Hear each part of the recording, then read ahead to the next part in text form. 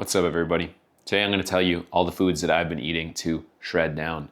Over the last year, since last summer, I have dropped down 33 pounds, and then I actually ended up gaining it all back because I decided to completely jump off the bridge and yo-yo diet, like a classic yo-yo dieter and probably the average person. So we're going to get back to what I was intentionally my goal of getting absolutely shredded and then maintaining it. So this is what I'm eating nowadays. What I'm eating nowadays is completely plant-based. It is vegan. It is no animal products. And a lot of this stuff that's up here is going to be kind of what I eat every single day. And I'll tell you all the extra stuff that I eat as well. So there's a lot of new products that I have never heard of even before, but now that I'm on this lifestyle, you got to look for alternatives because you got to hit your protein. You got to do all these things. And I've learned a lot over the last year, and it just made the most sense for me to go plant-based, go vegan. And I'm trying to adopt that lifestyle holistically rather than just what I eat. So anyways, what am I eating? Up here, I'll show you what we got. So some classic ones. Classic ones would be like canned shit. So chickpeas, I'll eat chickpeas, black beans, lentils, which I got here, which are sweet because you don't actually have to boil them or soak them, or you have to boil them, you just don't got to soak them. And beans can be kind of a bitch for that. So I understand why people are like, oh, I don't want to soak beans. You know, it doesn't feel too good on my tummy. It's like, until you build the tummy strength to handle all the fiber, that's okay. It takes some time. And when I first started going, I did the vegan challenge in June, and now I'm back to it completely, though I was vegetarian for most of the summer. And of course, and I did fall off the wagon, so I'm not gonna gloat and say, oh, I'm better than anybody or anything. But honestly, it just feels right. Spiritually, I feel the most aligned doing this. And some other new foods that I've been eating are buckwheat. And I know this is seems like it's sponsored. It's not Anthony's Goods or whatever. It's just on Amazon. I don't have a car now, so I've just been buying things online, and they're pretty affordable. So buckwheat's basically just like, I want to say savory oatmeal. I feel like the Russians eat a lot of this. I think they call it kasha, and it's a totally savory breakfast kind of thing. And it's super good. It's super easy. You just boil some water and you let it kind of simmer for maybe about 10 minutes. And then you can make it flavored into anything. So it's like quinoa or any of those other kind of carbs. I don't know what the word is, maybe groats. But anyways, Russians are eating this shit. Dude, Russians are freaking jacked, and they're like freaks of nature, maybe some steroids in that. But either way, buckwheat is like my new favorite breakfast thing. But this has been an absolute game changer. And this is textured vegetable protein. So, when you're going vegan and you are scared of like, oh, where am I gonna get my protein? This is one of these secret sauce. It's like, I basically compare it to egg whites for vegans. And it's just like this stuff that needs to be rehydrated. You put it in some water, and the calories and everything are fucking amazing. 45 calories, 0 fat, a little bit of carbs, nothing wrong with that, which comes in fiber, and then protein, 8 grams of fiber. So a cup of this would give you 32 grams of protein and 16 grams of fiber, which is, for most people, like half of their daily intake if they're actually eating as much fiber as they should be.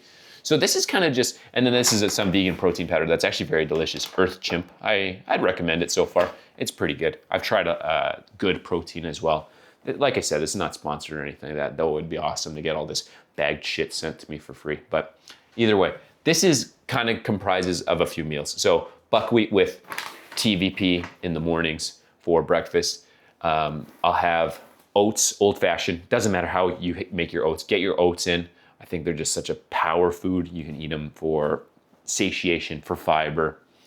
And I'll add some powdered protein peanut butter, because I don't know if it gives me acid reflux like regular peanut butter, but like maybe the natural shit's probably better for me. But I like this stuff because it blends really well and it tastes really good. And I don't get the craving to, when you buy peanut butter and you like measure it out and you're like, fuck, that's really depressing to see how many calories of protein powder is. This makes up for that because it kind of cuts out all the fat. The next thing I do is I mix that with the protein powder, and then you throw some berries in. So it's also good to have some, I want to show you my freezer, but I'm scared of what it looks like. It's pretty basic, but I have some old chicken from 6 months ago when I was eating meat that I haven't touched. And then I have just some berry blend and some frozen blueberries. That's honestly the easiest thing to do. I've also just bought a bunch of beans. I bought beans, canned beans, black beans, pinto beans, and I'll make that with rice. White rice, simple, easy as it fucking comes, and I'll eat that. And that'll be one meal. And then on top of that, what I like to do is like, I like the frozen fruits, but I also like the fresh fruit. And for fresh fruit, I like apples, I like bananas, and nectarines are really good right now this time of year. So I've been eating that. And then of course you want to throw in some vegetables, some greens. And for that I would do, I like baby spinach because it's easy. I like the taste, it does well. You can blend it into smoothies. And also celery, carrots. I keep it simple. I don't eat broccoli. I don't know. Broccoli just like, I don't know, just doesn't hit for me. So I don't eat it that much. I'll eat white onions, garlic. Just looking through kind of what I got going on. And then I'll eat potatoes, sweet potatoes. And that's basically it. And I probably listed, I don't know, 12 or 13 foods. And you could add more fruits. You could add more vegetables, of course, whatever you like. Mushrooms, green peppers, yellow peppers, red peppers. But really, it is that simple. And so you can make anything. Any combination will work for you. And you can get an amazing meal every single day. You can make chili with beans, with tomato paste, tomatoes, bunch of vegetables. You can put textured vegetable protein, which basically acts like a vegan ground beef, or you could have it with your breakfast with your organic buckwheat. Okay, it doesn't have to be organic, but whatever, buckwheat oats. Basically, I eat a bunch of shit that you either have to rehydrate it, so it's like straight doomsday food. So like if I'm ever, in a zombie apocalypse, this is the stuff that I'll be eating, because this shit's not gonna go bad. The canned shit's gonna be good. I've been adding pickled beets to kind of see if it helps with the blood flow and stuff like that, if you know what I mean. And yeah, and I've been drinking instant coffee. I basically eat like a peasant, and it's done really well for me, and I feel really good. I'm getting a ton of fiber in, I'm getting my iron in, I'm getting all the stuff that I didn't think I was gonna be possible in a vegan diet. And then on top of that, for like B12, which people always like to diss, but I like to add some nutritional yeast, which has a shit ton of B12 in it. And then in terms of like sweet stuff that I like to do, I've been eating Builder's bars. I'm not gonna lie. I've had some processed food in my shit, and you can call all this processed if you want, but all I know is I feel good eating it. They're easy to track. They're low calorie, high protein, but I'm also not shooting for like 200 grams of protein anymore. I currently weigh 203 pounds. In the last month, I've lost 5.5 pounds. The last month and 2 days, I've lost 5.5 pounds.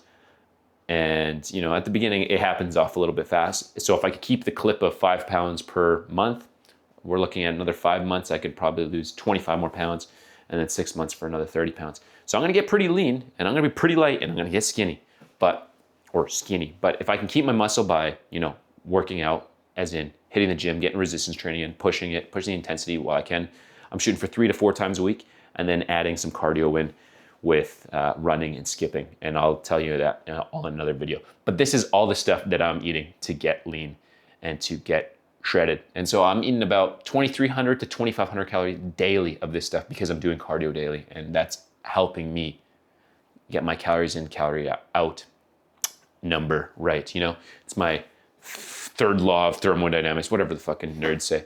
Either way, the whole thing about this, and as a chronic yo-yo dieter, I have to just let you know, if you struggle with this kind of stuff, you just need to get it through your head that it doesn't matter what diet you do, you just have to be in a caloric deficit. It's simpler than you want it to be. So don't go around just jumping from diet to diet. The only thing that's gonna work is if you count your calories. You need a scale. This is the most important thing you're gonna have in your entire kitchen, and you need a scale, and you need to measure everything. You can use Chronometer, you can use MyFitnessPal, whatever works for you, but this is the best way to get lean. So I'll keep you updated on how lean I'm getting, but I'm currently at 203 this morning. We're gonna shoot for 175 and see what happens. So if you want some more information on getting ripped, if you want to follow my journey, then you can go ahead and do that. Always remember to rep the set. I hope this helps, and I see you in the next one.